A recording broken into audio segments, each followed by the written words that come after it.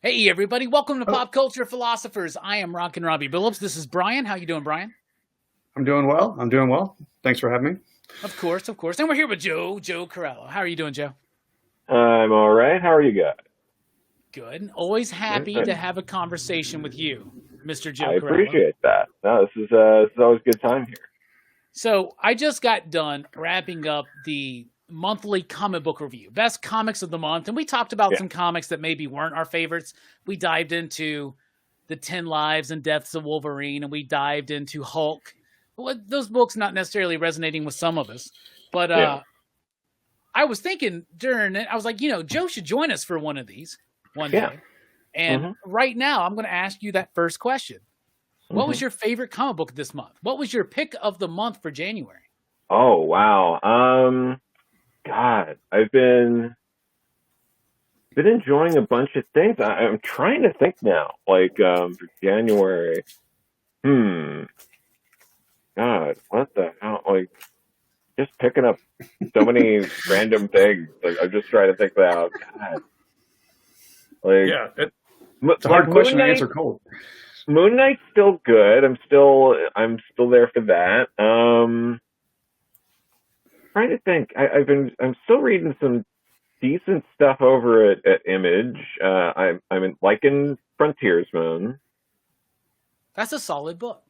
Yeah, Had two issues this month. yeah. But that's been a good one. God, trying to think what else. I'm still trying to think. Because now some of them I'm like, did it come out at the very end of December or was it January? Like, was the Me You Love in the Dark, did that end last month or this month? I think it was last month, but Yeah, yeah, that was no, but did you like that ending? it was solid. I mean, basically the comic is it's The Shining but different, and that's not a bad thing. It's just which is also Hereditary. It's The Shining but different. Uh, you, Okay. you know, but because yeah, I mean, it's all about someone in a family going insane and everyone having to deal with that. Except instead of it's the parents switch roles basically, and you got Hereditary, and which again, not a bad thing, but Midsommar is more like Wicker Man than Hereditary is like The Shining. Okay. I still Um, haven't seen Midsummer, which I yeah, think we're doing it in March on Dylan's horror show for March Madness. So I love Midsommar. I really like it a lot. I just watched Yeah, I need to Hereditary see for the that one. first time last year and Oh yeah, really like that. Well, I hear too many things about A24, and you know how it is when people are like, well, if you really want, like, have you seen the new Scream yet, Joe? I didn't see the new Scream yet. I think I had a chance to watch like a screener copy or something. I was like, I'm not in that much of a rush. I hated it, but some friends of mine really liked it, and it puzzles me and it makes me curious. But they keep talking about these, like, they're trying to do the meta commentary on horror Yeah, movies, and they're differentiating between, oh, this isn't like your just typical 80s slasher, this is elevated horror, like yeah, A24. And so many people told me that in my life that I was just like, I don't even care. But the stuff I've yeah, watched has been pretty solid. So yeah. That's something that the stuff I've watched I've enjoyed, but yeah, people do kind of they get a little crazy and over the top with it. But I have not seen the Lamb movie yet, Albert. I haven't either. I know it's available now. I think it's. Have you seen it, Brian? No, I'm not You seen familiar it? with it. You're not even seen the trailer, Joe. Describe what this movie seems to be. It looks like it's a movie. It seems about like parents that want a kid and can't have a kid, and then a lamb gives birth to a lamb human hybrid that they like steal from the mama lamb, Yeah, Okay. and and drama ensues. that's Yeah, elevated as it horror. would. elevated horror, everybody. That's Like, elevated horror. Yeah. Okay. no, I want to check it out. That seems pretty fun, but it doesn't. I don't know. It feels like a movie that's going to take itself very seriously, though. I feel like it's going to take itself very seriously. I imagine it's going to be a lot like The Witch, where it's a slow burn, which I love The Witch. I saw it in theaters. Yeah. I went in knowing absolutely nothing. I just so happened to be with people who are like, oh, let's go to like the movies and see a horror movie. What about this like witch thing that just came out? And I was like, all right. So, you know, everyone I know who didn't like that movie had to stress that they had to like wade through all the hype before they got to the movie, which is why I have not watched Encanto yet. Because every single day when I'm like, you know what, I think I'm about ready to watch it, I'll like check Facebook or Twitter or something real quick, and inevitably someone will be like, I just saw what's probably the greatest movie I'm ever going to see in my life, and that's Encanto. And I'm like, no, can't watch it for like another week now. I got to get that out of my head. Because you know what? I want to enjoy it, and I guarantee it will not be my favorite movie ever, because it's just a hard bar to get over. So I need to like get past all that, go in with an open mind, and I'm sure I'll like it. So we're trying an experiment tonight where we're streaming this live to the Patreon members. Yeah. And it's cool to see y'all here. So thank you for joining in, Perry and Albert and Nick. That's super cool. No, that's awesome. But and all you scrubs watching later on, shame. Yeah, but Silver Coin number 8. That was a good one. See, I picked that as mine because my buddy Verno picked Saga. And I was thinking about it. I was like, it's a pretty good month. I had a good list of books, but I was like, Silver Coin really worked for me, man. No, it might be Silver Coin then, because I really like that. My biggest problem with Saga were like I think the biggest one for me, and this gets really into technical stuff, but and I say this with love. I love Fiona Staples very much. I'm a big fan of Saga and her work in general. Well, you had a comic book cover that homaged it, right? So yeah, absolutely. Yep. And no, it was great, but in terms of it, like, I was hoping with like a coming up on 4-year hiatus that like the issue would have been like, whoa, like they spent, you know, a long time on, you know, really like knocking it out of the park. But it felt like every other issue I just like art wise, if not like a slight dip, because I feel like the weaknesses are the backgrounds. Like the character work's very strong, but the backgrounds in panels, unless it's really the focus of a splash, tend to be weaker. And it popped out at me a lot this issue. Going through it, I was kind of like, some of these backgrounds are real weak. And to the point where it distracted me so much, I pulled out older trades to skim through, being like, were they always like that? Weak? You know? So like that's, I know I'm being technical and picky, but that would be like the one thing that made it so I wouldn't be able to pick it for my favorite of the month. See, I actually have commented on that recently because somebody I think at the shop had mentioned it, and I was like, you know, I'm just happy there's an attempt at some form of background in this book that I think that I'm like, okay, it's good. It's fine. I think Fiona's got a more confident line, right? Yeah. And that's something, because I just did a whole revisit because I dropped out at like issue 26, right? Like the first big time jump, and there was a hiatus, and I was kind of lost because, you know, you read so much. And absolutely. I fell out, but I read all 54 in 1 week to do a show with my buddy Verno. And so I didn't have to wait to read issue 55, which was great. So to me, it feeling like just the next chapter with another time jump worked for me. I liked the introduction of the new characters. But seeing her artwork from issue 1 going through, it was fascinating to me how confident the line becomes.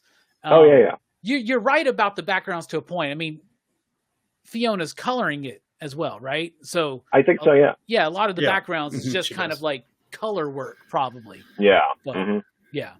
No, and again, it's a technical thing, and it's very hard to find artists that are very good at both, like nice backgrounds and character work.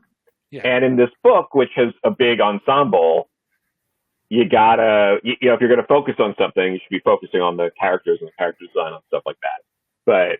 But yeah, there are certain expectations I have coming into a Saga 55 as opposed to a Silver Coin number 8. Yeah. So there's like a built-in handicap sort of in that, but Nick says the art was less detailed, I thought, or had less lines, maybe, but some pages were beautiful. No, there was some really beautiful stuff, but yeah, there were a few things, and again, because you really like the art, like you really pay attention to it. There were a few moments where like a character looked a little flatter than normal, and like it looked like just to get it done. It's like, again, let's just do like quick flat color or whatever, move on. Brian, have you read this one yet?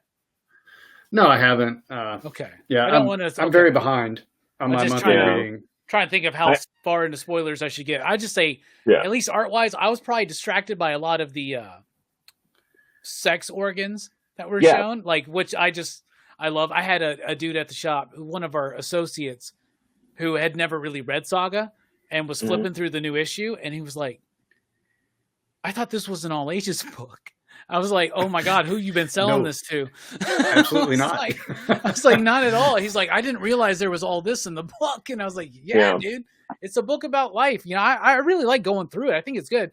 Verno tonight on the show likened it to the form of like, say, like a manga, where it was like a chapter by chapter long form story. People are going to change and develop, and the same artist, and I think it's weird to say because a part of me wanted to be like, this is just how comics used to be. like they used to kind of be like Saga. Yeah, no, absolutely. And I think there's a lot of it to it, but yeah, I don't know. I wish more comics were like that, where you just have consistent teams, or at least like a team for a while, and then when it moved on or someone switched out, they were also on for a while. Yeah. That'd be nice. Yeah. And not like maybe a placeholder until you cement who the next people are going to be. Till you can work out JR's contract. We're just going to have a placeholder Spider-Man book. Oh, put Ben Reilly in there. Why not? Well, then how many issues before we get a fill-in artist? 2? Is like the 3rd issue of Amazing going to have another artist in it, and they'll keep JR on the covers? Well, since it's JR, I'm pretty certain, right? Like he's going to be able to. I would think he could keep up, but I watched his interview with Kayfabe that came out last week. He said he had 6 issues in the bag. That's good. Did he make sure to say consecutively? He went ahead and skipped some. You're right about that. He's like, I feel like drawing issue 3. I'm gonna just skip to 4. Well, because of the double shipping and all that was Amazing in the past, like it's been a long time since we've had a run that had like an artist. Yeah. So I do wonder if they're baking that in and going like, oh, we're gonna have JR and then do that, because they did that with Otley on the Spencer. Yeah, well, and that was a total bait and switch, which is part of what is making me think that. But also, Marvel is not going to resist the temptation to do as many JR variant covers as they can. Yeah, that makes sense. DC did right? And at some point, that's going to make it hard to even regularly sustain a monthly book if you're doing just do like a couple dozen covers a month. That's the kind of thing, it could, yeah. But hopefully he's on for a little while. I'm excited for Zeb Wells insofar as I want them to just focus on the story. And what are we going to do with this? Because there isn't enough of that. I feel like there's way too much marketing that's team focused. And I'm glad that while JRJR is doing this, they've really more been pushing, like, Peter did something. What's going to happen? Find out. Like, something bad happened. And I'm like, that's good marketing. That's what I want. Like, sell me on that, as opposed to, we've got such and such doing this book. Like, less focus on the name, more focus on the story, right? Yeah. Yeah, Absolutely. you don't see that too much, right? Yeah. Like they really were like, Donny Cates is coming to Hulk, not Starship Hulk. Because then most of us would be like, Starship Hulk? What the hell does that mean? Are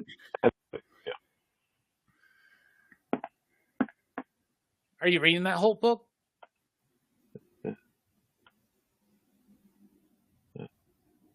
I am not. No.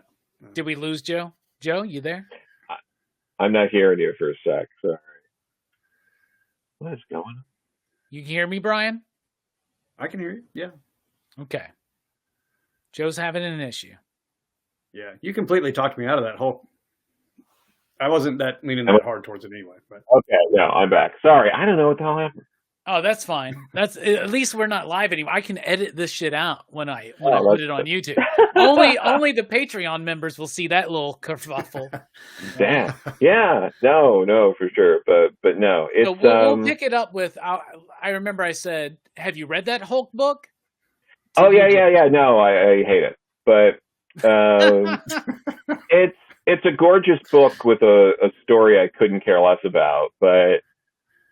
It's fine. I mean, you know what? If I was, and this is gonna sound like an insult, but it's not. It kind of is, but not. It's like I could see being anywhere from like 8 to 14 and being like, this is awesome. Hulk's such a badass, and he's killing, and like, yeah. So I'm like, yeah, if I was that, like, I'm not in that demographic, and part of me kind of wishes there were some more comics like that coming out that were for that demographic, for the future of everything. Yeah, so, right. but yeah, so while I personally just hate the story so much, it's, it's fine, and it looks very nice. It does look great. I think it's a waste of some talent, but Yeah. Oh my God. Absolutely. No, it's great. You know what? It's like, I don't know. I was having a talk with Eric Pulicki earlier. We were catching up, and we were talking about some of that stuff, like. One of the things that, not one of, it's a big web, all of this, is, well, how do you're putting out so many comics, why don't you put out comics for that particular audience? Like the people who, are nostalgic for, like 90s kind of comics, people who are in their like 40s who are picking stuff up, because a lot of stuff coming out now, it's like, some of that's there, but a lot of it's not. And there's all these reboots and change, and there's not a lot to connect with. I mean, if you got into X-Men because of Jim Lee and Rob Liefeld, and you pick up part 8 of a 12-part party, you're going to be like, what's this? So like, it would be interesting. We were talking about this, like, you put someone like Donny Cates on something like that, and maybe you get like, like, oh, Brian Hitch came over. It's like, you put those two on like an early 90s style X book, and that would probably sell better than most. That would probably be doing better even than like his Hulk. Like, it would be. You're probably right about that. Oh yeah, 100%. Yeah. And like, and then at issue 3, he's going to have a cameo of a new character, and everybody can jump in on that. Yeah, it'd be great. Yeah. No, for sure. But like, because we're talking about it, because the remedy that Marvel tends to use, to a lesser extent DC, but Marvel comes up with like, oh, it's X-Men Legends. And they're like mostly 2-part stories with older teams, but like, it's cool to see, but people fell in love with these writers and their stories because they got to tell these long, sweeping stories. So to come in for a quick 2-parter, it's like something's missing. What do you think about, they seem to have, I feel like somebody at Marvel is trying to pay attention, right? And so they're giving us, so we got X-Men Legends, and you're right about that. There's just not enough time for those. Those just feel like things to put into those old runs, right? They're like little tidbits, little extra things to throw in there. But they got the symbiote Spider-Man. They did that for a series of few runs with Peter David. And then they did the Maestro one. We got the Ben Reilly Spider-Man with J.M. DeMatteis. We've got the Silver Surfer Rebirth with Ron Lim and Ron Mars. And we got Larry Hama coming back to do Wolverine Patch. Do you think that's enough to kind of like work, like to do a miniseries focused in these eras that we have nostalgic hope for or whatnot? It's like yes and no, because it's one of those things where it's like, I want these people getting work. I absolutely do. You know, they deserve it. A lot of these people who are getting those opportunities there, like Larry Hama and Peter David, Weezy, it's like, you wouldn't have a Marvel Comics to be doing these stories without a lot of that and the IP that they gave over. So for sure. But, you know, we were kind of thinking when we were brainstorming about this, it's like, you know what, maybe that's part of the disconnect, is because the reality is, I'm going to try to use, I'm thinking of a good example here. You know,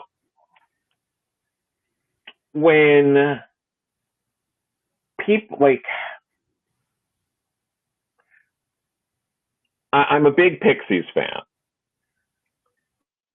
When I go to see the Pixies, I'm not going to hear the tracks off the new album. Yeah.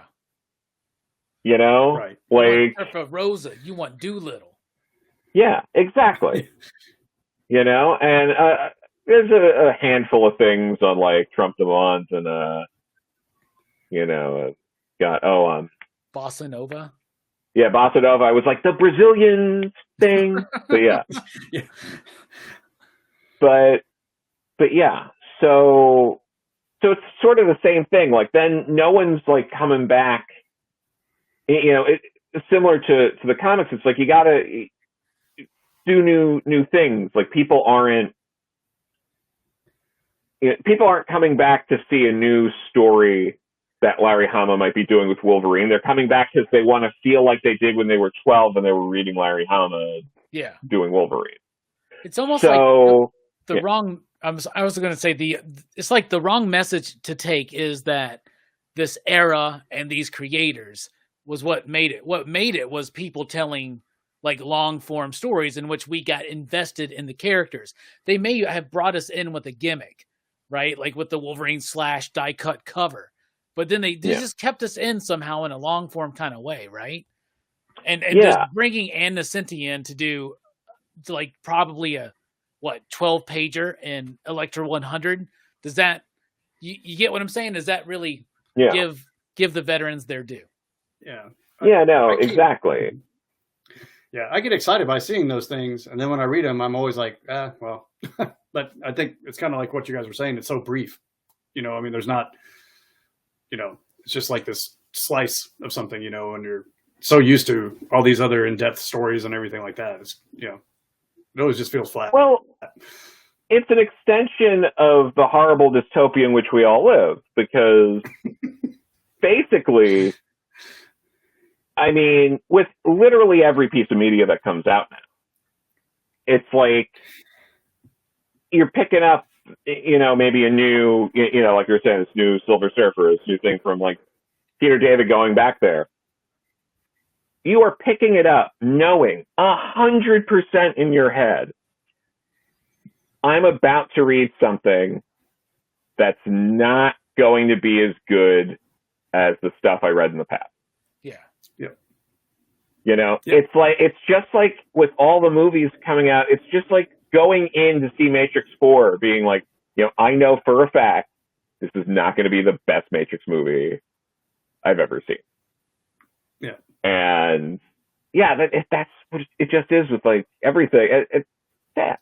But if you did something where it was like, oh, we're going to do a book in that style with that kind of attitude, and we're going to get a team that can do that and speak to those people, like, as an example, like a Donny Cates and a Brian Hitch on a 90s style X-Men, but you let them do it, and you let them stay on this book, and you let their build up the drama and the different storylines to allow there to be a following. I think you can kind of get something with that. I think there is, the problem is there's a hunger, like,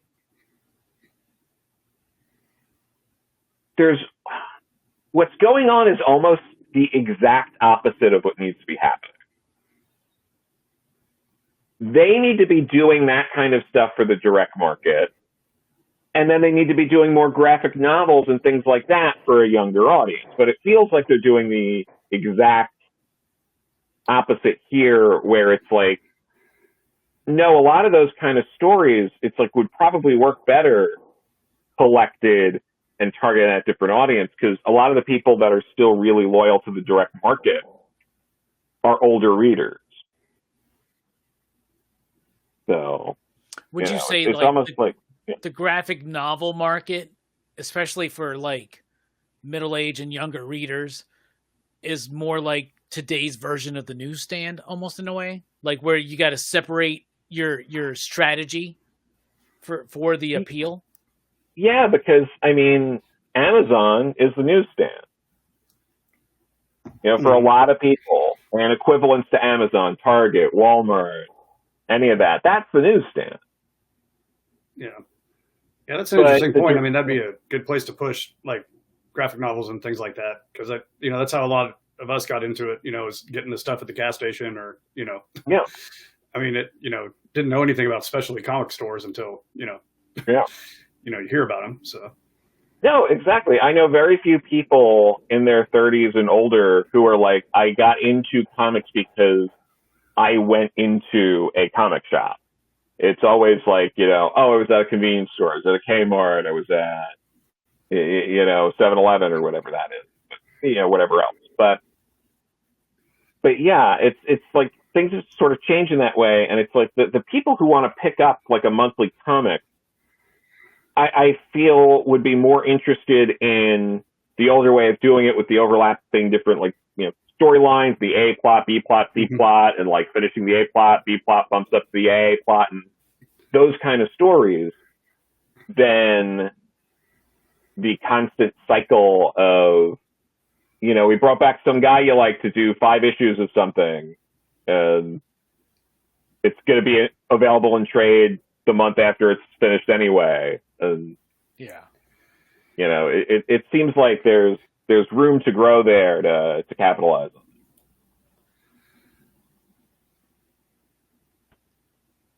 But yeah, basically, Silver Coin I thought was probably the favorite comic. And we're back. Love it. Brian, I'm passing it off to you, my friend. What, for my comic of the month? Whatever you want to talk about.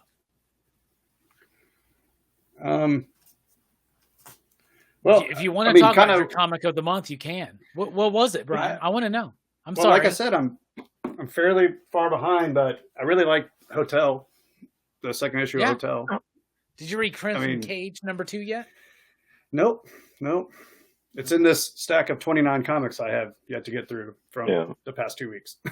I still have to read issue 2, but I really liked issue 1. That was a good comic. Oh, it's so good. Yeah. It's like, and I did watch the 2014 like Michael Fassbender Macbeth movie like right before, so like I had all the kind of language in my head and everything like that, and it's just like I don't know, just a gorgeous book.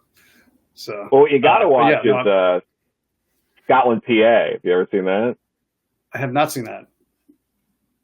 That's a version of Macbeth. Is it really? But it takes place in the 70s, and it's about a fast food restaurant. Okay, yeah, I do need to see this. You are correct. That's Yeah. Is that easy to find, or is it is it a movie, or is it a show, or? No, it's a movie. Let me see. I'm pulling it up now. It looks like it's on Tubi, Amazon Prime. It should be easy for you to catch. Okay. Looks like it's on Pluto TV for free. Vudu, but it's Macbeth, but in that setting, and the cast is just crazy. Let me see if I can pull it up. It's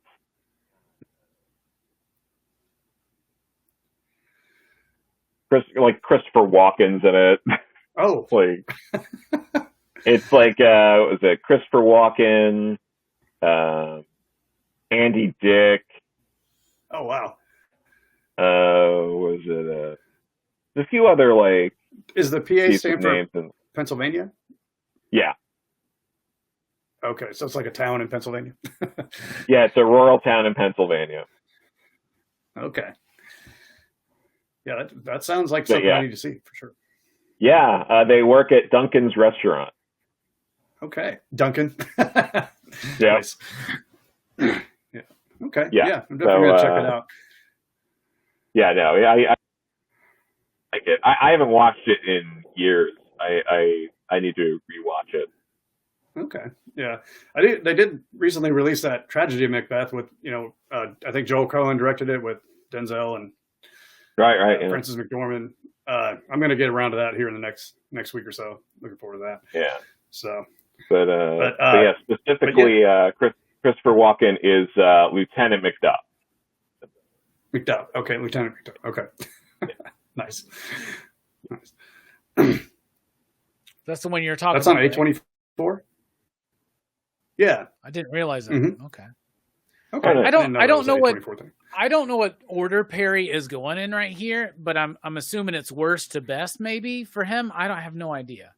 Or then 3, then the suggested first, watching order. That's a suggested watching order. Yeah. Yeah. Okay. I don't know if that one works. But no. But yeah, I recently decided I was gonna. Mm-hmm. Go ahead. No, I was simply going to say for your Patreon backers, there are no wrong answers. It's true. There you go. Yeah. I was last week. I can't remember which X-Men issue I read, but I decided I think I'm going to drop all that stuff. Yeah. I try to like things. I found I catch myself just trying to be pretty forgiving about things, and I can't tell you how many issues I read and I had no idea what had happened. Because I assumed nothing did. Afterwards, and it's just kind of I don't know. It's reminding me of what we were talking about there, where it's just these. I don't know. These titles just seem to meander, and there's not really. I don't know. I'm not catching a lot of closure for things, and No. And it's just. I was vastly disappointed by Inferno, because I felt like I think we were in the same place at the end of the story.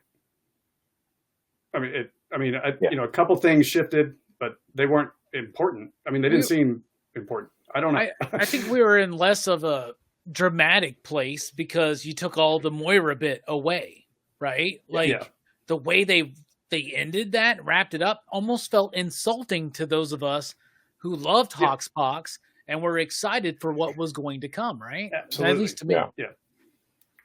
Did anybody read the X Deaths of Wolverine this week? I didn't read. I only saw a few panels, which were hilarious.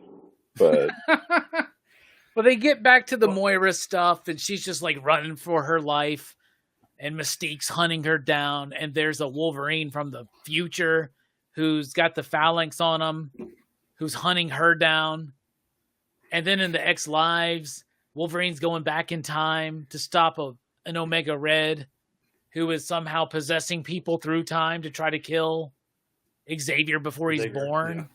Like I thought the first issues of House of X and the first issue of Powers of 10, I was ready.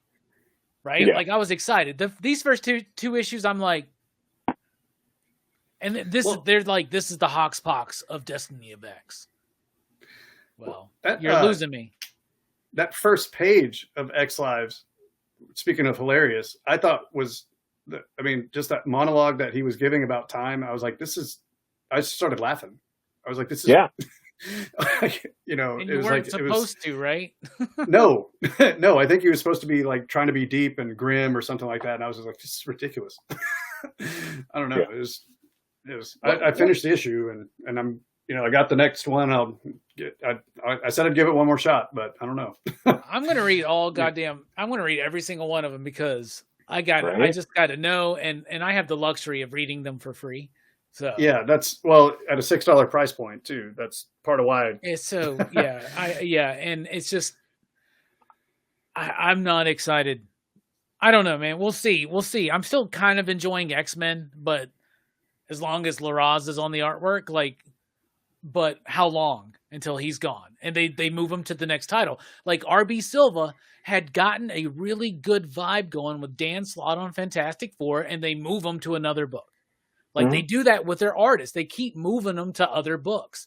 I'm like Zdarsky, Chichetto, Ewing, and for Bennett, even though that was a whole thing. It won't happen again. But like Stegman and Cates, those are the rare instances. But even there, it's not like Stegman was in every issue of Venom, right? Cates wasn't even on every issue of Venom. But I don't know. I haven't. We've chatted, Joe, but I haven't really talked to you too much in depth since the end of the Hickman era. Yeah. Like, where do you think we are with the X-Men books right now? Because you're an X-Men guy. Right? Yeah, you like X-Men. I do. I'm not sure exactly. I feel like at this point,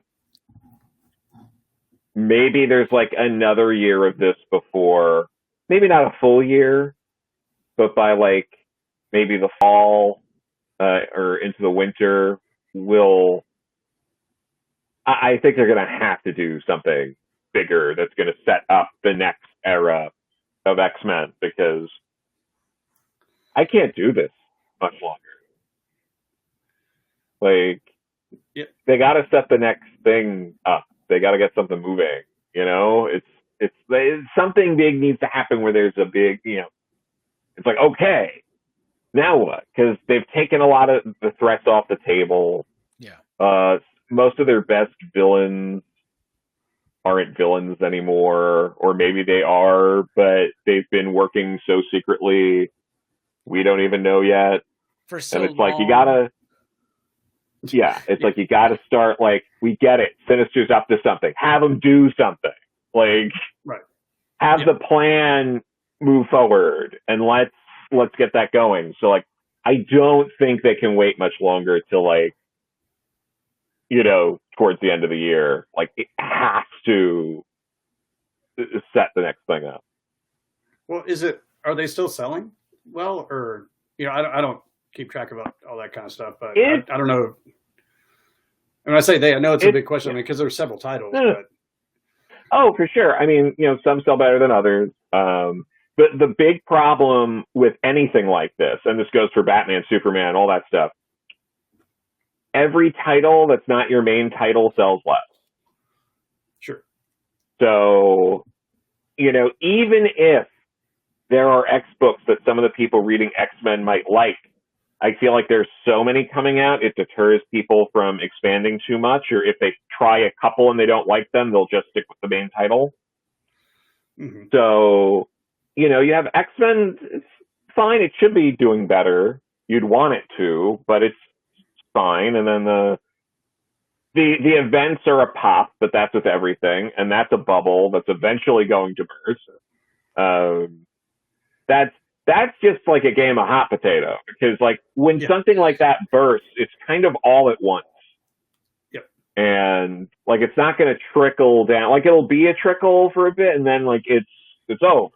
So like, the books should be selling better, and I think they're just going to have to make a smaller, tighter, more focused line coming. Yeah. It's crazy to think that in the 90s, it seemed like they were very excessive with the X-Men books. And then you look today and it's like there's even more. And there's more events more often. And it's throughout both of them. Like we just jump out of Fear State into this whole Arkham Tower Shadow of the Bat thing. Detective Goes Weekly. We get extra-sized issues. It's so rough. Maybe I'm just hitting the point where I'm like 40 years old and I'm like, I've been through so much of this now. It's finally hitting me. Absolutely. I mean, well, it gets to that point where it's like, if you have the single most expensive like Netflix account, it's like $20 a month. If you have Disney Plus, it's like $8 or not, I think it's like $8 a month, whatever it is. But like, okay, so you have Disney Plus. Let's round it up to 10. It's, let's just say, hypothetically speaking, you're spending $120 a year on something like that. If you're trying to follow X-Men, you're spending about $1,200 a year. Mm-hmm. X-Men. Yeah. Not all of Marvel Comics. X-Men. And I think we often we hear a lot of people phrase it in the terms of like, it's that much like a month. But like, I think if more people start talking about like how much it was a year, that might resonate more with people, because like $100 a month, I think for a lot of people, it's like, oh wow, yeah, that's a lot for comics. But like, I can imagine $100, like it's still like sounds maybe reasonable enough. But if you tell people like, oh, it's $1,200 a year, you would not be able to get someone to pay you in advance. Like, oh, I want to keep on top of all X-Men. What is that? I just have to pay you $1,200 up front like that. It would never happen. Yeah, it's not like the annual plan on Netflix or Disney Plus or something, right? Yeah. So yeah, that's a big barrier. And I think, and this is true of a lot of things. And I want to follow up by asking you something, Robbie, but when you get to too many X books, just like you were talking about, Brian, like it does get to a point where it's like, you know what, there's so many books to follow and so many choices. I might, and if I'm not liking a few of them, I might just stop altogether, because why should I be picking up one or two of these books if I'm going to be kind of lost if I'm not reading them all? Yeah. I'm definitely taking a break for a little while. That's for sure. Yeah, but Robbie, I heard from another retailer friend of mine I was on the phone with earlier this week, and she was telling me like she's starting to get more people who are no longer pulling every Batman title. Like they're updating their pull. Like she has X amount of people who are like, pull all the Batman. And it's gotten to a point where when they come pick up their pull, they're like, whoa. Forget that. And then the problem with that is whenever someone goes, don't pull all of the one character for me anymore, you're always shedding more than just a couple of comics. Because then people are going in with like a critical eye and they're being like, oh, you know what? I haven't read any of this yet. So yeah, take that one off. And this other Bat title, you pulled the first 3 issues. I don't know, take that off. And it kind of, goes like that. Yeah, that's I haven't been getting it as much with Batman. I have been getting it with X-Men. And I've been getting it with Star Wars. Star Wars comics and X-Men comics. Star Wars is also doing that thing, but they just did this whole War of the Bounty Hunters thing where they made you believe you had to get everything, but you really didn't have to. And that's the thing that people are becoming, like, I'm getting less people going, give me every tie-in to Devil's Reign. Because we had people where it's like, I want everything Blackest Night. I want everything Civil War. I want everything related to this event or this event. Less people are doing that now. We have people now pruning their list of X-Men books. Batman books, not so much, and you still see it. But the thing is, at least at my shop, those Batman books, they still sell. And I think that one of the problems is that that's one of the only things that's really selling at DC right now. I think Perch did a video talking about that, right? Where it's all Batman stuff, and it's hard to sell a DC book right now that's not Batman. I'll tell you that. Yeah, he said all but 2 of the top 50 selling books at DC are Bat related.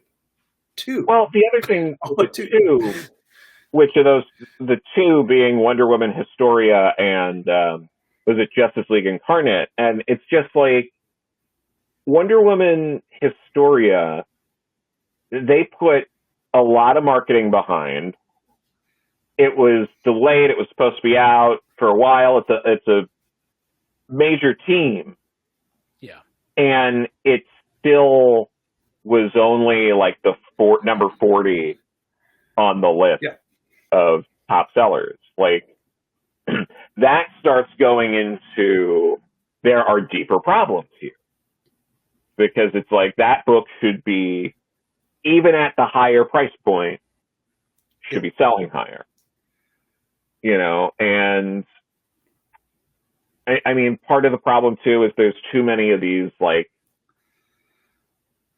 Elseworldish kind of miniseries that everyone's just going to forget and no one will ever talk about again, which is a shame, because some of them are good, but there's too many coming out. Yeah. And they're ultimately going to be forgotten. However, I also talked with a local retailer around here, and he was talking about same thing you're saying in terms of can't move a lot of DC without Batman. He was like, if Batman's in it, minimum for his shop is like 15 copies of something. It could be, Batman, the blank issue where there's nothing drawn on any of the pages, and he would still move 15 copies. But everything else is really difficult. He was like, for his store, he thought, like the Superman versus Lobo, that thing, a number 1 of that should be easy enough. Move 3 copies. Damn. That it was underperformed like crazy. We got stuck with so many copies of that one. Yeah. But it sounds at face value like Superman versus Lobo. People tend to like Superman violent books where he's fighting a powerful, equally like strong character. Yeah. Lobo has a fan base. It sounded like that would move, but no. Yeah. No. Well, a lot of people don't like, at least at my shop, a lot of people don't like that Prestige Plus format or whatever. Yeah. Really? They would rather have it as just a regular comic book, probably. Huh. Why is it? I wonder why that is. I don't know, because I love it for certain titles, like the Swamp Thing, Green Hell, that Doug Mankey and Jeff Lemire just did. That looked beautiful in that format, right? But every time we try to go to like, it's almost like a European type format, which is just magazine format, right? Every time that we try to go to that here, it just doesn't seem to work in the direct market in America, at least where in my experience. Yeah, well, the tough thing with it is there are a lot of customers who are set in a certain way, and that's their right. That are like, you know what? If it can't fit in a long box, so I'm done reading it, I don't want it. Yeah, or if it doesn't fit on the shelf right? Like we get mad when they change the trade dress on a spine in a collection. Imagine the size, and it sticks out. I got a Punisher book that sticks out on my shelf, and it still bothers me. It bothers me. Yeah. It's signed by Mike Zeck. I don't care. It's like still bothers me that it sticks out a little bit further. Yeah, absolutely. I get that. Yeah. So like what I was surprised by on that top 50 though is like I would have thought Swamp Thing would have been in there. I mean, it got extended, at 6 issues. So I figured that was because it was selling well and everything like that. Yeah. I don't know. I think it's one of the best DC books coming out. So I don't know. But I guess, maybe Swamp Thing is not as popular as I think he is. Has Swamp Thing ever been, first of all, a top 50 at any point? Like, I don't know about that, right? And then at my shop, even though I'm a huge Rom V fan, we wound up under ordering for the first few issues. And then I think then people go and they trade weight, and then that trade weighting can affect, I guess, the monthly sales, right? So that's a weird balance to have to kind of work out too. Yeah. But that's surprising about that prestige format thing still to me, though, because like the ones that there's a lot of good ones on there, and that just like, why wouldn't you want to see the art bigger? Yeah. Oh no, I mean, especially when they're doing it for that size, right? Yeah, I mean, I love overblown art. No, you're fine. I love getting absolutes. I love the giant, like, oversized, like, I got those, like, versions of the X-Men Grand Design, because I was like, I'm not getting this in, like, an omnibus. I'm not going to keep them in the floppies either. I want the big, ways to their editions, right? Yeah, like, that's, like, how they're intended to be read. That's how I want to read it. They're gorgeous. Like, I was like, I'm going to get this cover and this cover of Hulk Grand Design. I'm going to get the Ed cover. I'm going to get the Gem cover. Then I'm like, well, I'm just going to get the Treasury edition. I don't know why I'm buying these. Yeah. Oh, so I'm just buying them for just out? Support them, right? Yeah. Mm-hmm. Is it going to come out as the Treasury edition? Or is it just like a regular edition first? Or it's going to be two floppies. I'm pretty sure that's part of the deal, right? That they have. They'll do these grand designs, but you got to do it. Like Ed set that precedent, apparently. Like, you got to. Marvel loves that Treasury size. They do that. They did that with Deadpool, Black, White, and Blood. They did that with the Carnage, Black, White, and Blood. They did that with the History of the Marvel Universe by Wade and I think it was Rodriguez. So they seem to be. They did a Silver Surfer Black Treasury edition that I missed out on before I could order it again, and I really regret that, because that tried more artwork in that format. Oh my goodness! Yeah, it was such a gorgeous book. Yeah. So. Yeah, it's a great format, but no, but yeah, even though, like, I do love me hardcovers, but it's fine. Those soft covers are pretty thick on those Treasury editions. Yeah, they're really nice too, man. They're the cover of them, and they got a nice feel and vibe to them. What have you been picking up collected editions? Any new acquisitions, Joe? Too much. I got the Absolute Fourth World by Jack Kirby Volume 2. I got the No Man's Land Volume 1 omnibus the other day. I got a bunch of stuff. I got the Amazing Spider-Man Volume 3, the reprint of that, not that long ago.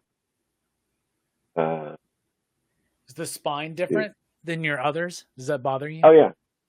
I have this one smaller? right here. Yeah. Yeah. But I at least got the direct market variant, because their like main covers on these omnibuses suck. Yes, I think so too. It's like, why are you paying extra money to get worse art for your when you could just use the covers that you like? It's so weird. Yeah, I thought that. How do you want those covers? Does that have the other cover on the inside of the book? I think so. Let me. Yeah. That sucks. It's like, it's a nice pinup. It's not a cover for an omnibus that represents John Romita Sr. Yeah. I thought that when I got my Wolverine omnibus, because I got the one with the Frank Miller artwork, but then the other one was Steve McNiven doing it, and it was okay. But when I pull off the slipcover, is that the one you got, Brian? Yeah, that's the one I got. Yeah, I'm agreeing with you though. I didn't like the cover as much as the other one, but yeah, live and learn. No, so, for sure. But I was excited about the they're finally doing that question one. At least but it's only going to be volume 1, which I don't know if how they would do a volume 2, because I don't know if there's enough issues left. Because I think what I read, it said it goes through the first 25, and then it has some of I think a couple of extras in there, but then there was only like 12 more issues after that, 11 or 12 more issues after that, I think. So I don't know. That'd be kind of a shame if they don't have it all. Have they got any of the quarterlies in there? Because there was that, right? The question quarterly. They may put that in. I think they do. Actually, yeah, I could go further. Yeah, I mean, I think they updated the solicit too, because sometimes the solicits are wrong or omit things, which is very weird, but it happens. Every once in a while too, they will like misprint what's actually in the book. Like DC is really bad at that. Some of their like collections, especially like from like the 2010s, like earlier on, will not have all the issues that are actually collected in the book, like written on the back. It's very weird. Oh, really? Oh, wow. Yeah. I do remember hearing about that. They had that one, the Fourth World came out like all as one chunk, and there was like 20 pages out of order or something like that. Mm-hmm. Out of over 1,000 pages. Yeah, but it's the question 1 through 27, the question annual number 1, Green Arrow annual number 1, and Detective Comics annual number 1. Yeah, because those three had that interlocking story with kind of one villain going through those. That was a great story in that part. Well, they got to add the quarterlies in to fill out the second volume, then, right? They got to. Well, then you'd have the quarterlies. You'd have the next. Was it like 10 issues or 11 issues? Because I think about 37. So so 10 issues, the quarterlies, and then they might go into like some of the Greg Rucka stuff from 52. Like they might do like a material from whichever issues of 52 to like round it out. Any of those random times where like Denny O'Neil would do a short story question book or something like that, or So they could do that, and maybe they would even put in the recent Black Label thing for Jeff Lemire. Oh yeah. Honestly, if they put in the Rucka stuff from 52, you would like complete his story pretty much. Yeah. Up to a point, right? Because I mean, I guess they brought him back. Do you remember the New 52 where he was like, there's supposed to be some mystery, and the Phantom Stranger is Judas, and there's Pandora, and then there's him, and he's the first sinner. Do you remember that shit? Did they ever even explain what New 52 question was supposed to be? No. Okay. It was all very stupid. They were the Trinity of Sin. Yeah. That's what it was. Yeah. Yeah. I started that, and I did not get very far before I dropped that. I was just like, I don't know, did not like that. I was like, what is that? But I did love that Jeff Lemire run. Yeah, no, it was fine. But they might, between the remaining issues, the quarterlies, the 52 material from 52, and the Jeff Lemire Black Label mini, that's another omnibus. So that's probably what's the second volume. Yeah, that'd be good. So, did you read the original? I was going to say, our luck, we won't get a second volume. Yeah, right. No, but we seem to be getting a second volume of Legion 5 years later. So, that's crazy. We don't have a single Legion omnibus outside of the Silver Age omnibuses except 5 years later. Not the Paul Levitz run, not a Silver Age Volume 1 omnibus, not a Mark Waid omnibus, not a Dan Abbott, Andy Landing omnibus. Which again, it's fine. I like 5 years later. It's like, man, I might have picked this, but why did you guys pick this? And I think the prices have started going up on that, right? When it went out of print, the first volume. I think so, yeah. But I think it's going to be one of the $150 omnibuses. How about the fact that they don't even have the Great Darkness Saga in softcover trade paperback available in print, while that's the main gist of what Josh Williamson is building up into the next whatever it is going to be. Yeah. No, it's very weird. Well, they should, at this point, that should be available in trade again. And they should do a, Paul Levitt's Keith Giffen omnibus. It would have to be like a volume 1 or whatever, but like you get the Great Darkness Saga, the Curse, some of that stuff That's in the one stuff book. That all you Legion fans love, right? Yeah, no, that's definitely up there. I mean, I love so much of it, but the Great Darkness Saga is definitely up there. And it's bizarre that it's not. It's also bizarre that isn't in Absolute Edition. They do so few books in Absolute Edition that are pre-Crisis. And it's like, if you did one Legion of Superheroes Absolute, which, not for nothing, they deserve an Absolute. Batman has like 20. You can give like Legion one Absolute. And they should do the Great Darkness Saga in Absolute format. They should also do some pre-Crisis Batman as well. They really haven't. I mean, I think the oldest Batman story in Absolute Edition is The Dark Knight Returns. Wow. Like, come on, guys. You can, they should do Strange Apparitions. They should do all that, Englehart, Marshall Rogers stuff. That would be I own that. I would double dip for that. I would also double dip for Paul Levitt's Keith Giffen omnibus of Great Darkness Saga and all that stuff. I would also double dip again for an Absolute Edition. Like, guys, come on.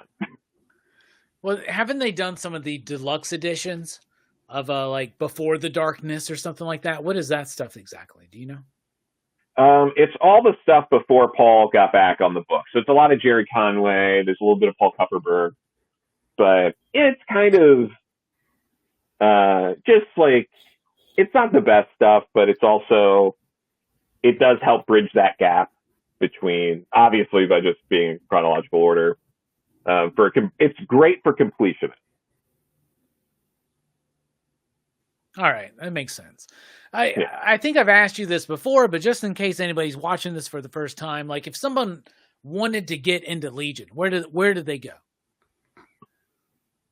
I mean, my biggest thing for people tends to just be like, just start from the beginning. Like, suck it up. Deal with some Silver Age. Like, get over it and start from the beginning, because it's really great, and it's great to watch. If you like the history of comics too, it's just like you get to watch them go from being this like weird, goofy kind of thing with Superboy to like slowly taking over Superboy's own title and then kicking him off the book. And it's just really interesting. But I mean, if you like team books, you don't like X-Men does not exist without Legion. Like, it just doesn't.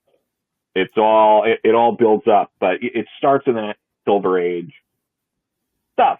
It's like if you're not super into that, the problem is so much of it's not collected correctly or in the right order where it makes it easy to get into. But I mean, there's like in terms of collections, the Dan Abbott, Andy Lanning volumes 1 and 2 of Legion. Like volume 2 has Legion Lost, which is one of the better stories. I love that one. But yeah, that can get you in. But you also just have to say, like, fuck it. I'm just going to dive in. I'm going to figure it out as I go along. Yeah. It's Legion and a lot of cosmic comics in general. But Legion, it's like, you have to go in set on, I'm not going to know everything. I'll figure it out as I go along. And I think more people just need that attitude with comics in general. Yeah. But yeah, it's like, just suck it up. And, it's unfortunately trade collections and other buying habits have really damage people's minds when it comes to getting into comics. It's weird. It's almost like this like double-edged sword where they've tried to make it easier while also turning more people off. Because this was a while back, like a couple of years ago at a shop, and I had been talking to someone who was like, "Oh my God, I want to get into Legion, but how?" And I was like, "What you got it? Like, you can try Legion Lost. It's right there. The whole thing's collected." And he was like, "It says volume 2." And I'm like, "You don't worry about that. I've read it. I know what's happening. You gotta trust me. It doesn't matter that it's a volume 2. And it didn't matter. He was like, "I can't do it. I can't bring myself to buy volume 2. I've been there. Yeah. That would throw me for a loop, and I think I could, suck it up and do that. Yeah, it would. Yeah, but it's tough for people, It's like I have some volume 2s when I don't have volume 1s because I know like the story's good or this and that, or I'm like, I don't need, like, if volume 1's out of print or whatever, it's like, forget it, just get volume 2, like, just get me into the story, I'll figure it out, like, Yeah. because ultimately, as much as I love comics and all media, really, it's like you can figure it out, like, believe in yourself, like. You can figure out these stories. Well, people used to be like, this one thing we get all the time at the shop is, where do I jump in? Now, just jump in. That's how we all start. We just jump in. We picked up an issue. We eventually caught up, and even when they tried to make an effort to catch you up, like they would tell the origin again. They would do all this stuff, but eventually you just follow in. Like, it's the same thing with the shows, right? Like, where once we started being able to binge into these DVD sets or on Netflix or something, like, people forget the days where you just started watching a show, right? Well, and you eventually learned who the characters were and what was going on, right? Yeah. Well, I mean, back when I started reading comics, they didn't have trades. Yeah. Like if you needed to go back and look at stuff, you had to go through the back issue bins and pay some extra money. Yeah, no kidding. Joe, when did you first start reading Legion? Like, in your comic book reading career? Like, when did that first happen? What run was it? I started with Silver Age stuff. Okay. I'll be honest. Like, I got really into it. I didn't finish, like, I started reading some of it, but then I did, Great Darkness Saga, went back, read some more, got to the Cursed, read some more, read Legion Lost, read some more. But, I mean, I got really into the Legion about maybe 11, 12 years ago. Maybe a little more than, probably about 12, maybe 13 years ago. Nice. I had a friend in college who was really into that. He actually ended up suggesting when he was like a little kid, he might have been like 8 or 10, because his mother was Martha Thomas's, who did PR work at DC at the time.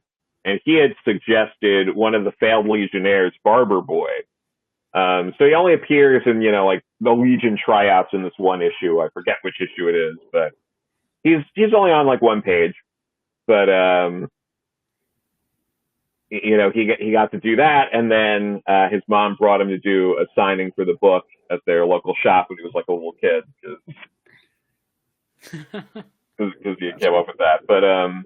But yeah, I also think like more people would benefit from going back and starting with some of the Silver Age stuff for any character in general, because the stories are a lot less complicated and you grow with, like, the book gets more complex, and it's a lot easier, I think, to keep certain things in mind and understand what's happening, especially through, probably the 80s into like the 90s, and then like the early 90s, before everything just falls apart and becomes a nonsensical nightmare.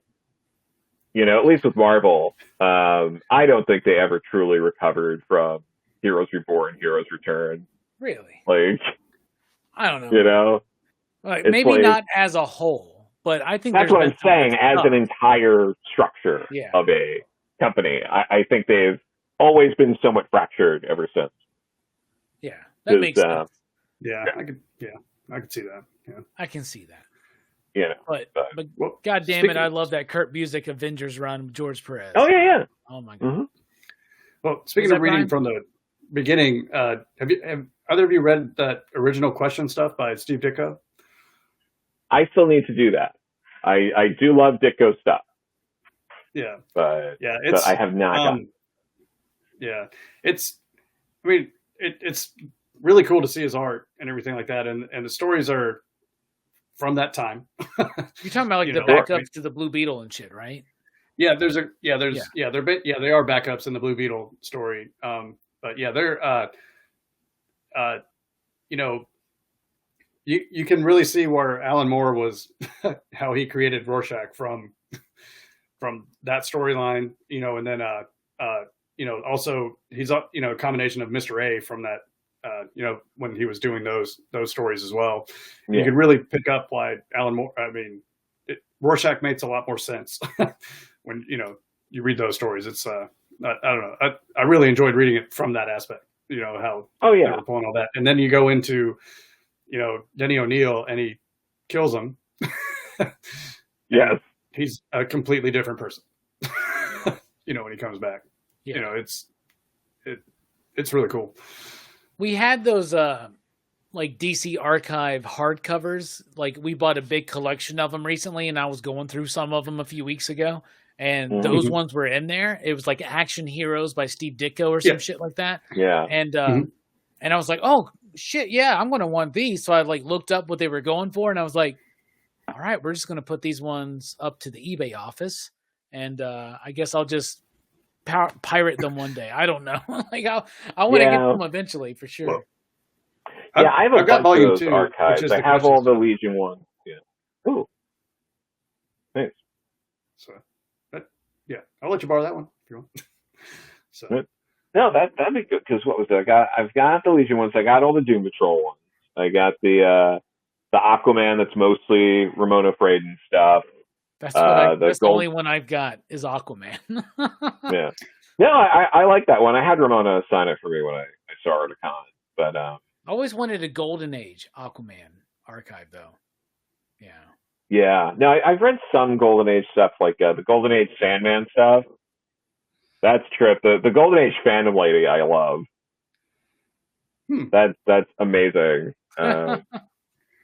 It's great. Like trying to think, Roy Thomas's sort of like was it PS Art Books, I think, put them out in like 2 volumes to cover all the Golden Age Phantom Lady stuff. It's great. Huh. I know I've read something with her in it, but I don't. Yeah, I haven't read too much of that Golden Age. It's definitely different storytelling. I mean, it's Speaking of the Golden Age and different storytelling, I want to know this, Joe, because I've been diving back into my nostalgic little hole and just really reinvigorating interest in works from people like, say, Rob Liefeld and Todd McFarlane, and going back to the excessive days of the early 90s at times with my Marvel in the 90s series in particular. But what do you like from that? Do you like any of these books what do you like from that Image explosion? Like that initial first wave of Image. Is there anything in there that you really like? Like me, I'm a Wildcats dude. I'm becoming a Spawn dude. Like what any of that stuff that you're into?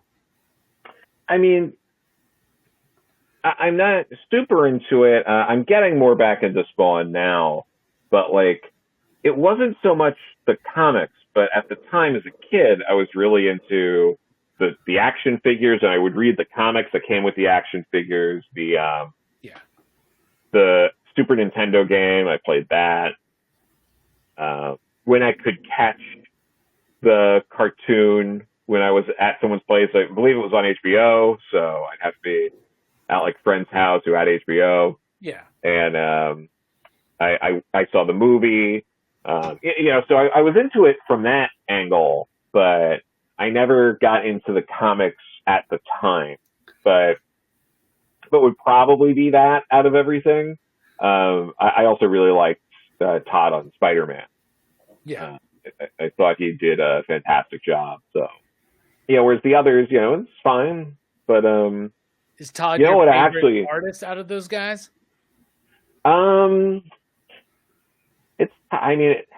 It might be Silvestri.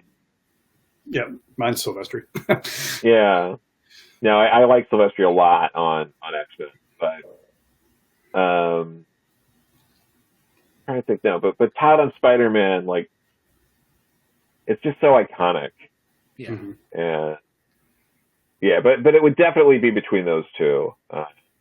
No offense to the other. Yeah, I've always been a Jim Lee guy myself. Yeah. And now I'm actually, I read Rob Liefeld's New Mutants stuff, like the early stuff, like the introduction of Cable. I've never read that stuff. And someone even commented in the chat when I was doing it, they were like, you have a first appearance of Doom, but you don't have a first appearance of Cable? And I was like, no, I don't give a shit about Cable. Like Cable's cool or whatnot, but there is an energy to Rob Liefeld's work in those days that I think is pretty solid. So, oh yeah, yeah. There's a lot of there's a lot of fun stuff to still kind of glean from that era. Yeah, you know what I actually watched the other day, over the weekend I did. There was a horrible like Gen 13 animated TV movie from like the early 2000s. Oh man. Really? Yeah. Huh. So I watched that, and that was really rough. I gotta check that out. Is it on YouTube or something? Oh yeah, no, it's on YouTube, no problem. But the thing with it that's insane is like for most of it like could potentially pass as like a PG like animated movie because it looks like it's drawn like an animated movie, like for kids with that like kind of knockoff Bruce Timm kind of look, and it looks like that, and then someone will like get riddled with bullets and there'll be blood everywhere and stuff like that. You're like, the tone is so wildly off in this cartoon. Like, it's crazy. Was that comic even coming out still then? I mean, I thought that was a late 90s title. It could have gotten option, like, maybe the comic wasn't technically out at the time, but between the option, producing it, and all of that, I'm sure the comic was coming out initially. Yeah, DC kept it going for a while, I know, because Adam Warren was doing it for a while. Right. Yeah. I've never read an issue of Gen 13, but I've been collecting some up to revisit for my live stream. So I'm sure it's okay. I'm not expecting much. I'm just really excited. I got the ones where I didn't even know this was a thing. I vaguely remember this from back in the day, but their issue 13, they did 3 different versions of it, and you had to buy all 3 to get the whole story. And it had Madman and Hellboy and Bone and all that shit in it. And I was like, oh, that's interesting. I definitely got to check that stuff out. Nice. Now I'm looking forward to, an editor overhearing that and making every issue of Batman, you have to buy 3 versions of every issue in order to get the full story. Do you guys remember the variant interior craze they tried to start? It was probably like, I guess that was like 96, 97, 98. Fathom did it. There was an issue of Fathom where there were like 4 pages that were different in every one, and you had to get different versions of the book that had variant interiors. Like, that's what awful. the hell, man? That is awful. Yeah, that's stupid as hell. Yeah, and Joe's right. Someone's going to overhear that and take the wrong message from the conversation. This is something that was asked of me on Sunday night, and then I said, I've asked Joe this before, kind of, but we'll ask him again when he's on the channel this week. But we were talking about the Wonder Woman stuff, right? A lot of people upset that Wonder Girl got canceled, that they feel, including me, that they didn't give that character came out hot, then they just let it fizzle out, right? And then you got this build up. Yeah, the newest issue was last, but the last issue is split into the 2 tie-in issues to Trial of the Amazons. Because, let's not worry about making Wonder Woman work. Let's do more Wonder Woman books, and let's do an event, a mini event. So the question would be, if you let's just say a miracle fucking happened, the Red Sea parted, and DC's there, and they're like, Joe Corallo, come be group editor of the Wonder Woman books. What would you do right now? What direction would you go? What would you do with that property? I feel almost like you'd have to cancel everything but maybe 2 books. Like, it's like, maybe just do Wonder Woman and maybe Sensation Comics. But Wonder Woman really needs to, like, be 1 book to focus, rebuild this character, and move forward from there. Yeah, because maybe you get away with doing Sensation Comics and you do it like an action detective, and you kind of have, maybe one-off stories, or you tie both of them together and you make it like 2 books a month or whatever about this ongoing saga with Wonder Woman. But it's got to be pared down. This is, it looks like that's what they're about to do. I can't imagine after Trial of the Amazons that it's not just going to go back to being like 1 or 2 books. But yeah, so I think they're going to go in that direction. But yeah, it's like, this goes beyond just Wonder Woman. Both Marvel and DC now at this point, it's like, wow, we really came up with this special character that really resonates with people. I think what we need to do now is make this person as ordinary as possible by having as many duplicates of this person running around as possible. Yeah. So, there doesn't need to be a Flash family. There doesn't need to be a Bat family. There doesn't need to be a Spider family. There doesn't need to be a Wonder family. But they keep, every time they reset, like DC, they're too tempted almost immediately after to be like, throw a bunch more Kryptonians in Superman, throw a bunch more speedsters into the Flash, and let's have more, royalty and Aquaman. Like, it's too much. It's like, pare it down, get it simple. You got to drive the story. If there are spin-off characters, it has to be more organic. It's gotten to a point now where there isn't an organic build-up, and they're putting something out, like something like Yara Flor, for example. That might have worked better if she was part of a book, there was a fan response. You spin her out, give her own one-shot or miniseries, see how that does, then move it forward. I mean, like, introduce her in Wonder Woman as a character and like build up her story, right? Like, yeah. Okay. But what we're getting is, like, there used to be a time where Dick Grayson had been around since the golden age, since like 1940, and he still, as Nightwing, needed to lead a team, then get a solo miniseries before getting a solo book. Yeah. And now it's like, Wonder Girl, this girl you never heard of before, has her own book as part of Future State, spinning out into her own ongoing. It doesn't feel earned in that way. It feels like rushing to something. And it's like, you need, no matter what you do, you need to get everyone to come along with you if you want something to succeed. And it's like, if you want to do this character, you have to play the long game and see where it goes. And, it's also like, not for nothing, how many Wonder Girls are there?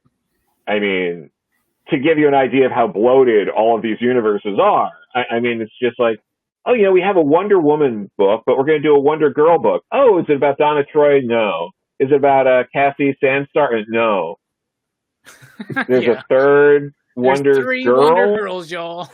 Yeah, it's like, no, stop. Like, none of that's necessary. It's like, you can do that, but like, why not try, like, if you want to create a hero similar to that, it's like, why not create a new hero with her own mantle? Like, stop handing out mantles to people, like, sales show over and over again. That's not working.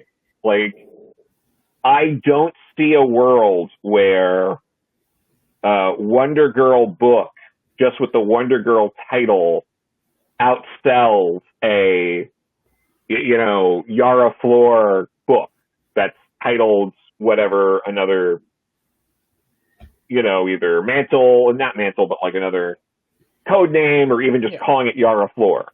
It's like, there's no evidence to show like people were like, oh man, she really went over, we were only going to sell 20,000 copies, but thankfully we called her Wonder Girl and we cracked 60K. Like, that's not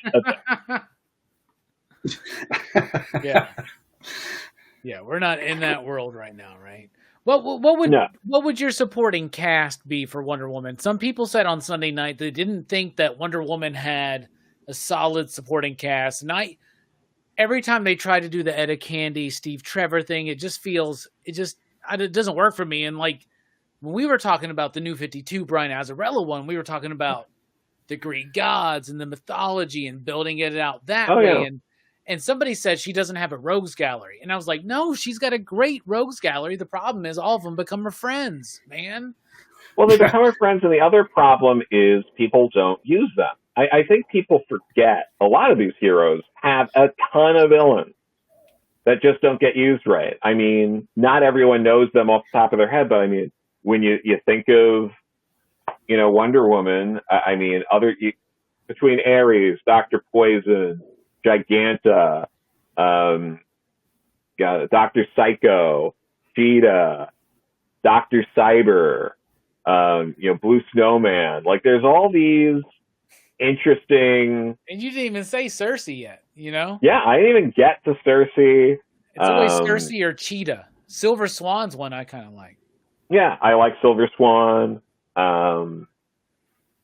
There's a lot of solid, interesting villains. You just got to do stuff with them. And there's not enough of that. Yeah. And you also have to put in the work for a solid supporting cast. A lot of comics fail at the supporting cast. That's pretty much all I can't think of a good supporting cast on an ongoing comic right now, really. Yeah, but you look at what George Perez did, creating a nice supporting cast, and Azzarello, I think, did a good job at sort of taking that page from Perez and being like, all right, let's build up a nice dynamic of a supporting cast. But you got to do that. But too often, like you were saying, it's Steve Trevor and Eva Candy, and they're just trying to, it's different versions. They change them. They make their relationships different with each other, but it's recycling a lot of that instead of pushing people to do something new that's going, it's like you can channel the old and do something new, which is what Azzarello did. And there isn't enough of that. It's too much. It feels too often like people are excited to do Wonder Woman because they want to tell their version of the fight between Wonder Woman and Cersei, their version of the fight and relationship between Wonder Woman and Cheetah, and not actually breaking new ground. And the book desperately needs that kind of thing going, but a lot of books do. It's like, I mean, even in recent runs of Amazing Spider-Man with, Nick Spencer, the supporting cast is it's okay, but it's so weak. It doesn't feel like, it felt so robust and interesting, in the Silver and Bronze Age and moving forward with just so many of the people at the Daily Bugle were characters, so many classmates, so many professors. It really felt like this lived in world about. And in recent runs, you don't get that. You get you remember Harry, you remember Mary Jane. Hey, here's you remember these. And it's not it doesn't feel, it feels like it's a chore for a lot of writers to include some of these other characters. It's either a chore or it's I feel like too many writers, and again, it's not going to be the writer's fault at all. It could be editorial. There's multiple things with this, but it feels like people use supporting cast characters, especially from the past, as like Easter eggs instead of like, Yep. no, dude, that's like a character in this book that people liked. Like, use them. Like, Yeah. Well, I was thinking, the current Daredevil run with Chip Zdarsky, I think that's got a fairly good supporting cast, and it's a mix of, sure. older characters, and then he introduced that new, that policeman, that came from the other precinct, and I liked him. I thought that was a good character. Yeah. Yeah. The problem is they interrupt it for an event that doesn't have anything to do with Daredevil, and then they're going to renumber it with the number 1. Yeah, I did not like that King of Black tie, and but the rest of the series, I don't know. But that's a good point, though. I think that's kind of a lost art on a lot of this. Oh yeah, no, and it's so important. And you go back and you read some of the stuff, and you're like, oh my god, I remember like this character being really interesting, or like sometimes you go back and you read some for like the first time, and you're just like, why is no one using this like supporting character? They're great. Yeah. Like add anything to it. But why is nobody using Snapper Carr? Come on. Exactly. But it's like that, or like what was it? Like I think oh my god, I could die happy if She-Hulk never fights Titania again. I know, or right? Tatiana, however you say her name. Like, please, never fight again. I'm sick of it. They did it in the first issue, and then it wasn't even like a really good fight or nothing. They just like, hey, let's just have coffee. Do you think because like I hear this all the time. We're talking about the Wonder Woman Rogues Galleries, and people tell me all the time, like, well, it's Batman and Spider-Man, the X-Men. They're the ones with the Rogues Galleries. Everybody else has got shit villains. Maybe Flash is cool. Superman's got a terrible Rogues Gallery. And I'm like, no, Superman's got one of the best Rogues Galleries. Like, really they just don't know they don't utilize them, right? Like, like I feel like Philip Kennedy Johnson is telling maybe a story a bit too long about Mongol, but still like showing us the epic threat that Mongol is. And I like that. But like, do you feel like we're away from the day of the actual villain? Because I remember when Jeff Johns came on Flash, one of the things that we loved so much was that he made the villains villainous again. They were threatening. They were there. He was using the classic ones. He was creating new ones. And I feel like that is lost. Like, who are the villains? Like, I used to read comics to be like, Spider-Man's fighting Dr. Octopus in the next few issues. I'm excited. Tombstone's showing up and Sensational. I'm excited about that. But now it's like, it's not about the villains coming in. It's just, I don't even know. Do you think, because I feel that. I feel like the villains are gone. No, I feel exactly the same way, and I'm sick of it. I mean, that's, it's the villains are so, like, they're either unnecessary in these stories, or they, particularly with X-Men, all your coolest villains are gone. Yeah. And the other thing too is they're creating all these characters without giving them a rogues gallery, giving them anything interesting. I mean, ask someone on the street who is Miss Marvel's arch nemesis. Yeah. Who is? Ask me. I don't know. Yeah, like who is? Yeah, who is Mr. Marvel? Silk? I don't like. Like who's Silk's arch nemesis? Yeah. Who is even Miles Morales? It's like, who would people say? They would probably say Kingpin and something like that from the movie. But it's like, oh, in the comics, who's like Miles' like arch nemesis? People would be like, I have no idea. Yeah. But like, I mean, people can name, like, the villains are a key part of getting a character over, and they're not using that. You need to get these characters over, and people still, like you were saying, talk all the time about how cool like Batman's villains are and the X-Men villains, Spider-Man villains, and it's like, you need to get people doing that with these newer characters. Yeah. It's just part of creating a character that's going to last. you can't just have them inherit the villains of someone with the same mantle. It doesn't mean anything. It's like, oh, what was it, Jackson Hyde, Aquaman. It's like, oh, your relationship with Ocean Master, who cares? Yeah. Like, you're not his half brother.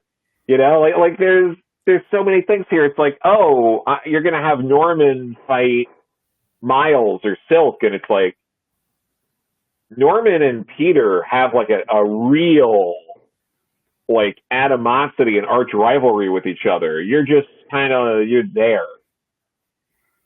Like you need that stuff. People like that drama in these comics.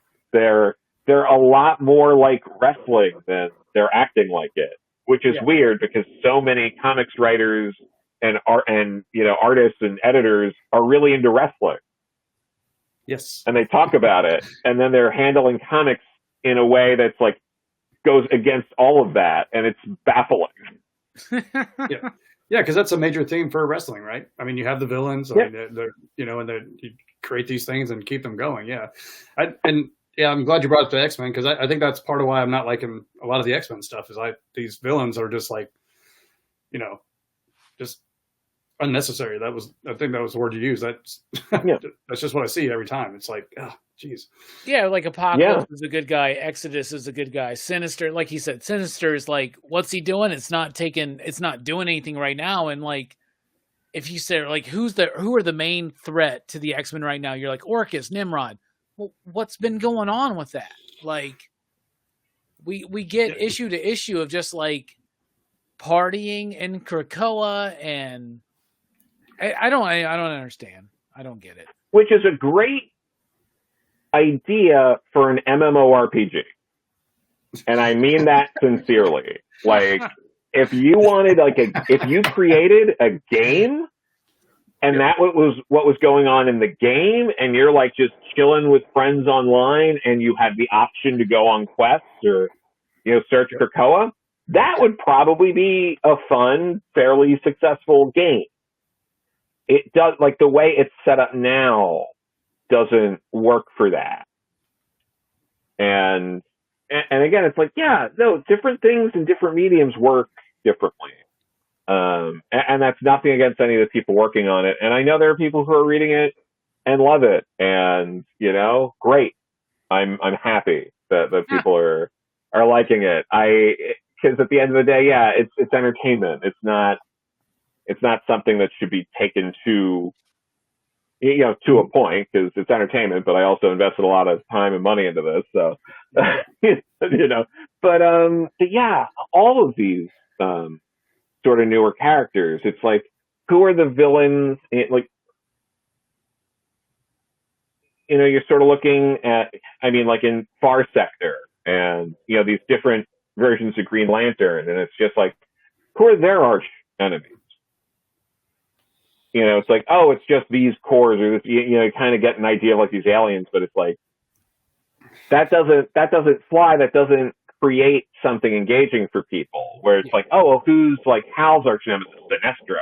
And there's like a reason, and there's something personal there. Yep. That's where you get a good rivalry. If Hal's arch nemesis was nebulously bad things happening in Galaxy, that's not very compelling. Yeah. Yeah, that's 100% right there. You got to have the villain, like Brian was saying with the wrestling stuff. You gotta have the new characters go over. You got to have your heel turns.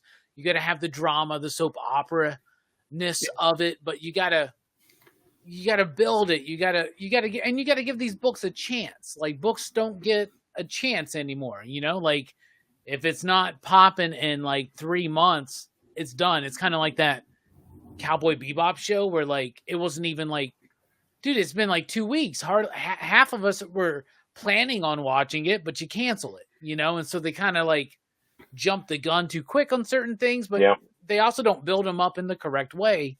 And I don't know, you still get long form runs at times. Spencer on Spider-Man, Ewing on Immortal Hulk, but you don't get it's not the same. like the supporting Yeah. cast. Nick Spencer had Randy Johnson back in there, right? He may have appeared in like 5 issues as just, remember, Peter has a roommate. Like, that was kind of it. And you don't really do anything with that. I remember being a Fantastic Four fan in the 90s during the Tom DeFalco and Paul Ryan years and caring about Sharon Ventura and Alicia Masters and Elijah, the Laser Fist. Like, I cared about the Wyatt Wingfoots as much as I did the Susan Storms. You know what I'm saying? Yeah. Like, I cared more. I cared just as much. And it's just like when you get into a TV show, you start developing these other characters you like outside of the main ones. You don't have that focus anymore. Yeah, no, absolutely. It needs to be there. It has to happen to get some of these characters over, because they're never going to get over unless that sort of happens. And that's something that, like Tom Taylor with, Superman's going to have to grapple with too. I've been enjoying his Nightwing. I think he's doing interesting stuff there, and I like most of his stuff. But, Jonathan Kent, it's like you're trying to establish him as being different from his father, which I get, and that's important. But you're not establishing a new threat that's unique to him, that's person. Yep. Yeah. And you need that.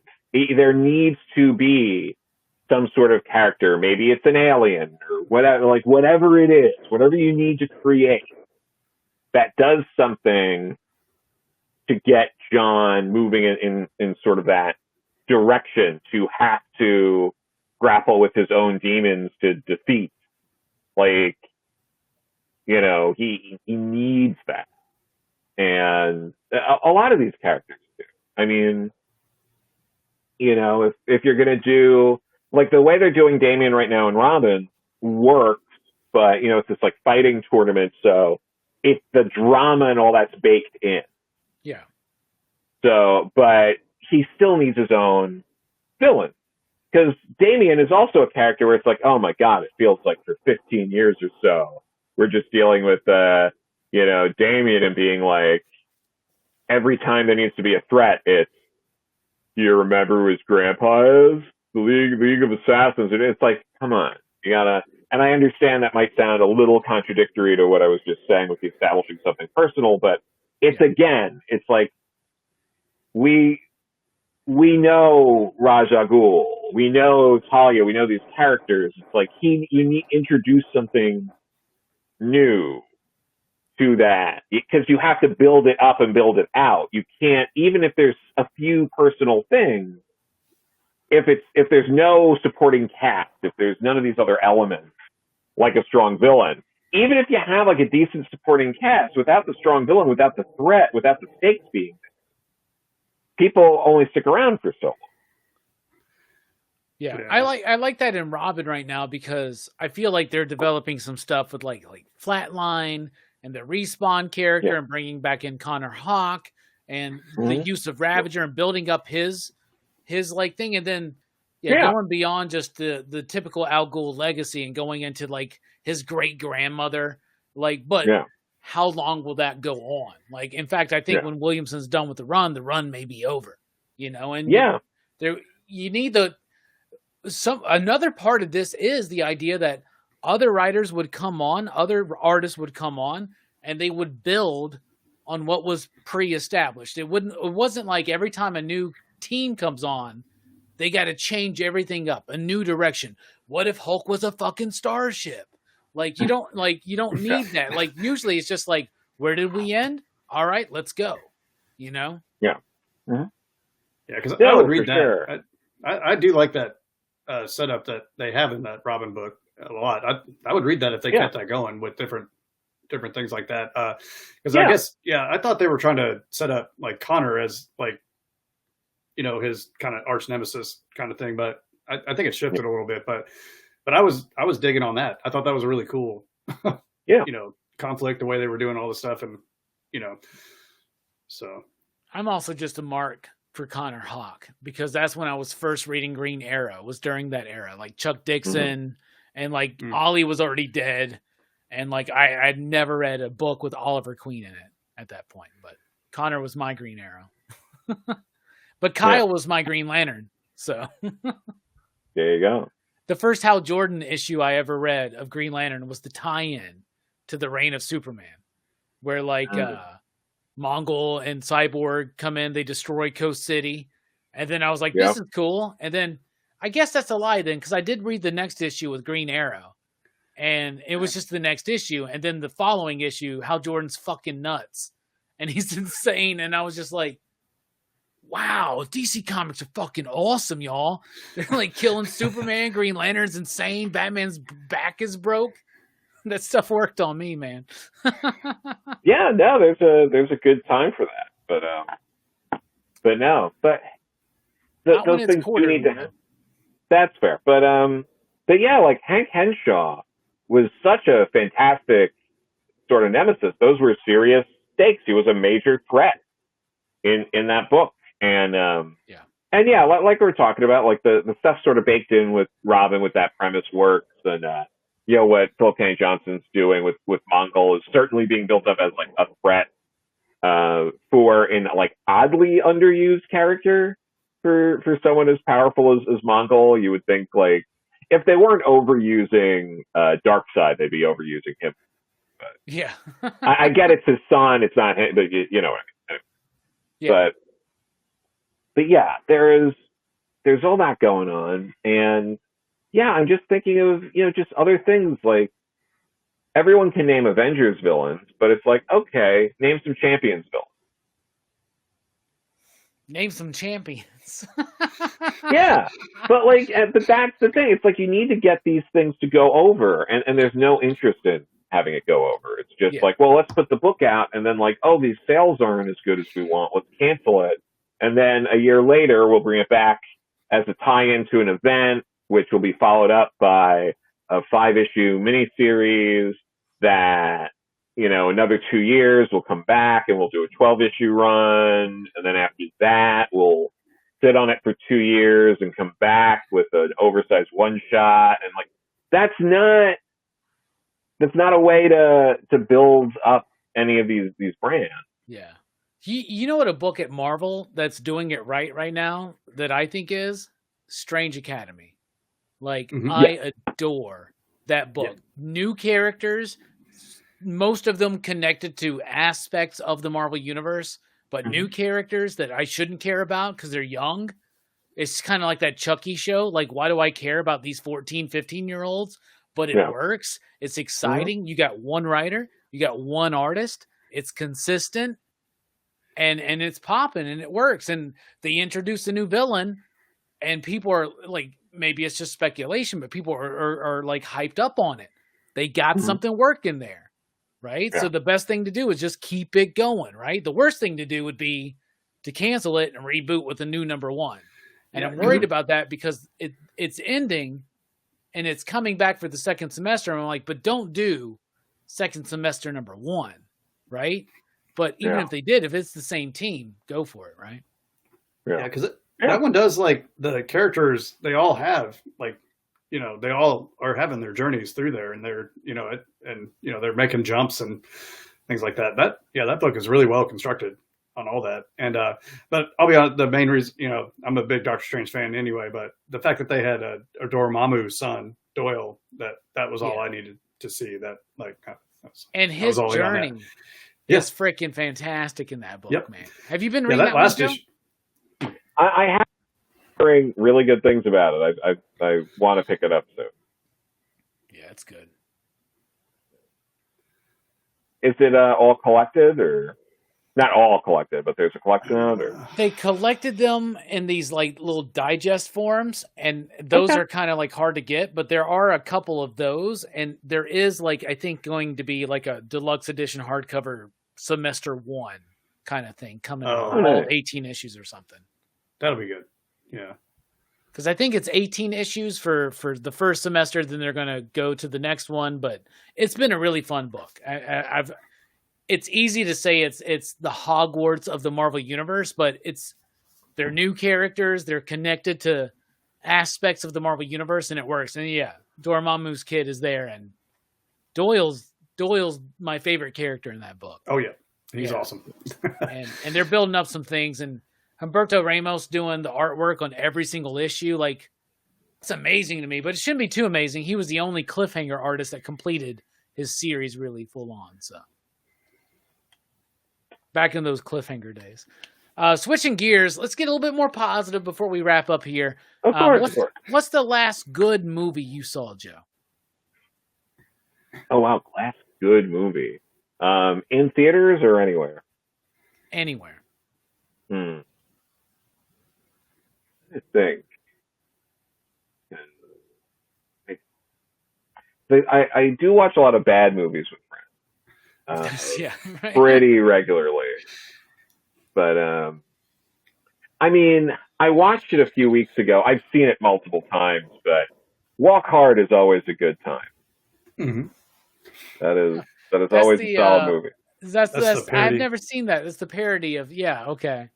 It's like it is. What's his name? It's got the dude from Boogie Nights. John C. right? Reilly. Okay, John C. Reilly. John C. Reilly. But the thing is, that movie, I got to show it to a friend of mine who never saw it before and like loved it. But like, it is better than it has any right to be. By like a lot. It's so bizarre because when I first heard of the movie, I didn't see it in theaters or anything because I'm like, it's like a Johnny Cash Walk the Line parody. Like, what the hell are they doing? But it was so good. That's nice. I love that movie. I think I did see it in the theater. I like John C. Reilly, but it also mixed in the because the Johnny Cash biopic and then the Ray Charles one, they came out at almost the same time, and they both started off with these horrible events, and so they mixed those together in the parody, and then they even made fun of or they parodied that Beach Boys the creation of that Beach Boys album, Animal Sounds, like because there's a long history of how that. How crazy he went, and just bringing in just made up instruments, and all these. That's good. I haven't seen that in forever, but that movie's it's a ride. It's so good. Obviously I've never seen Walk Hard. It's really good. I love Walk the Line. Yeah, we should do another fucking Joe Corallo night for PCP movie night and do Walk Hard or something. I would absolutely do that. 100%. I would be glad to participate as well. So. Nice. No, that would be good. What was it? Does John C. Reilly do his own singing in that one? I don't think so. That's what everybody cares about these rock biopics, right? These music biopics. Right? Like, did he sing his own stuff? But I rewatched the animated G.I. Joe movie the other day. It's not good, but it was fun. Cobra. Yeah, that's always fun. It's a lot of stuff. Like movies, at least. I'm trying to think what else. I rewatched Life Aquatic the other week. That's a great film. That's one of my favorite. Like one of my favorite Wes Anderson ones. So good. But I rewatched Small Soldiers last night. That one is ridiculous, but so much fun. I watched a movie called The Void from 2016 for Dylan's Horror Show this week, and I did not like that one at all. So I'm going to break Dylan's heart again on that one. I might have seen that. Does that take place in a hospital mostly, or part of it? Or and there's only like 3 people staff in this hospital because there was a fire there, and there's this cult on the outside, and it's got great practical effects, but I have no motivation for anybody. I don't know why anybody's doing anything, and it's just it doesn't make any fucking sense to me. Did you like that one? No, I watched it, I think shortly after it came out. I think I watched it with my brother, James. And we were both kind of like after like a little bit into it, like, what? No, this is not, not doing it. Like that was, I think my brother James even said I wanted to like this. Yeah. If I'm remembering right. Like, cause it is that kind of movie. Cause like, I love that kind of stuff. I love, was it In the Mouth of Madness? is, I think, a very underrated Carpenter film. Yeah. I love that one. And yeah, it's like I wanted something that was a little closer to something like that and not what we got, which was not great. Yeah. It was pitched to me by Dylan as like, imagine if John Carpenter did a version of Hellraiser.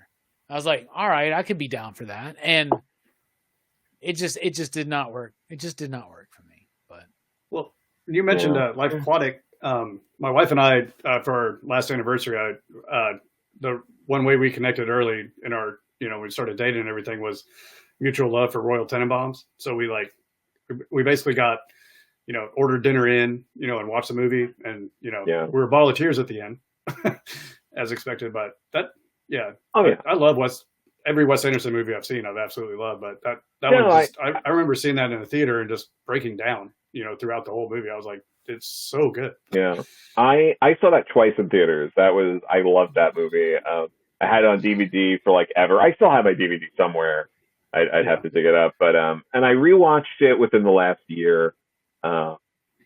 It's an all-time favorite for me. Everything about that movie works. I really liked The French Dispatch too. I've heard some people give like negative reviews that were basically like, I've seen enough Wes Anderson movies. I'm like, I'm good. And I'm like, if you're fucking good, like cinema-wise, with like what you got, like fuck out of here. Like, yeah. And also, and I usually really, I like Red Letter Media. I watch a lot of their videos. I think sometimes they are dumb as a box of rocks with some movies. Like the fact that Jay genuinely doesn't get the appeal of Blade Runner makes it like impossible for me to ever like really take him seriously on things. So like any time he criticizes a movie that like I like, I'm like, oh, it's that dumbass who doesn't even know it like get Blade Runner. Like, get the fuck out of here. But that's funny because like, if I find out people don't like Blade Runner, I have the exact same reaction. I'm like, oh, we might not like a lot of the same movies then. I mean, yeah, no, 100%. But I can at least understand someone who is like, oh, it's not like my thing, but like I understand the importance of the movie. Like I'm cool with that. I'm cool with people who are like, look, I get that Bob Dylan's like a good songwriter, but please don't have me listen to his voice. I can't take it. I'm like, fine. I can see where people are coming from. But yeah, they were weird on The French Dispatch. They were kind of like, oh, he just does the same thing over.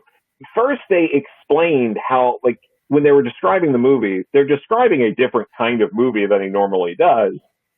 Followed immediately by, he just does the same thing over and over again. And it's like, do you guys not like listen to what you literally just said? Yeah. Like, because the movie is done with like I'm trying. It's like there's interstitials of like the main connecting event, but then everything else is like vignettes starring a different actor.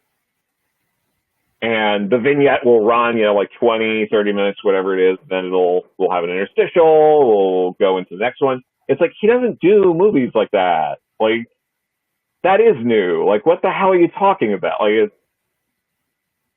it's very weird. And it's like, and especially because then people will follow that up with like, he's so stylized now and this and that. It's like, who cares? I'm like, oh, I'm sorry you don't want to just watch like over the shoulder reverse shot over and over again. Like, sorry. Yep. Like, yeah, just go watch a Fast and Furious movie, man. Come on. Yeah, it's just like, I don't get it. It's like, no, I wish there were more stylized movies out there.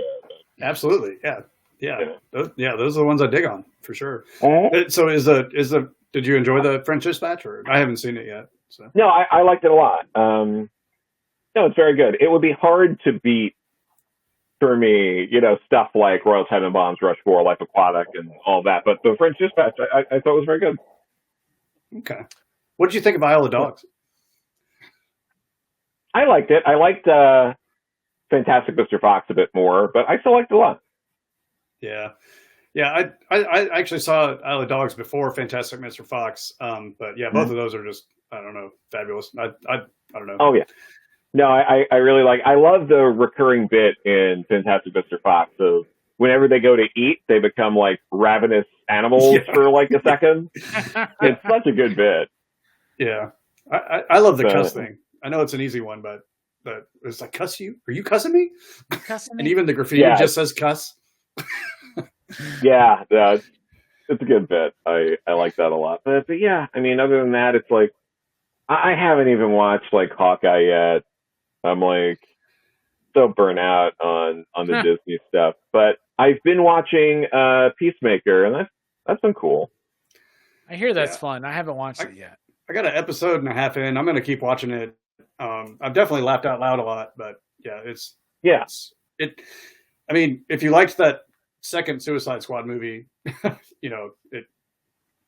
definitely the same style. So if you don't like James Gunn, don't bother with this. Oh no, yeah, but I'm caught up. Episode 4 was a bit of a drag only because that felt a little more like filler. Like we got to like pad this out a little bit. It picked up by episode 5, but that was a little bit like, as you're only doing like 8 episodes, like why are you doing a filler episode here? Like, yeah. Where like too many fillers shorten the series, they still put filler in it, right? But yeah, very weird. It's never a filler though when Joe is here for a conversation. So Joe, thank you for joining us tonight for this conversation. Thanks for having me. Of course, man. Anything coming up? Anything you want to point out? Anything you want to bring attention to?